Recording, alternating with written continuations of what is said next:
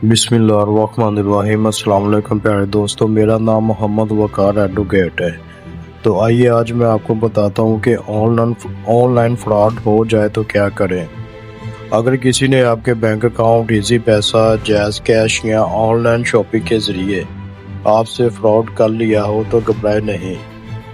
बहुत से लोग गलती ये करते हैं कि वो खामोश रहते हैं या कई दिन बाद कार्रवाई करते हैं, जिससे रकम वापस मिलने के इम्कानात कम हो जाते हैं। आज मैं आपको बताऊंगा कि ऑनलाइन फ्रॉड के फ़ौरन बाद आपको कौन कौन से कानूनी इक़दाम करने चाहिए। सबसे पहले, अगर फ्रॉड बैंक, इजी पैसा या जायज़ कैश से हुआ है तो फ़ौरन इनकी हेल्पलाइन पर कॉल करें।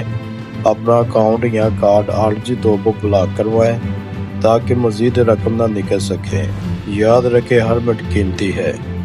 उसके बाद फ्रॉड करने वाले के नंबर, चैट का लॉग, ट्रांजैक्शन आईडी, स्क्रीनशॉट्स और रसीदें महफूज करें ताकि यही सबूत बाद में पुलिस या अदालत में आपके काम आ सके। उसके बाद अगर फ्रॉड ऑनलाइन हुआ है तो उसकी रिपोर्ट मुतलका साइबर क्राइम अथॉरिटी FIA या पुलिस को दें। कंप्लेंट दर्ज करवाते हुए तमाम सबूत ज़रूर साथ दें। जितनी जल्दी रिपोर्ट करेंगे उतने ही बेहतर नताइज मिलने के इम्कानात होंगे। कई बार फ्रॉड के बाद कुछ लोग खुद रिकवरी एजेंट ज़ाहिर करके कहते हैं कि वो आपकी रकम वापस दिलवा देंगे, मगर पहले फ़ीस मांगते हैं। तो ऐसे लोगों से भी एहतियात रहें, क्योंकि ये भी एक नया फ्रॉड हो सकता है। ऑनलाइन फ्रॉड से बचने का बेहतरीन तरीका एहतियात है।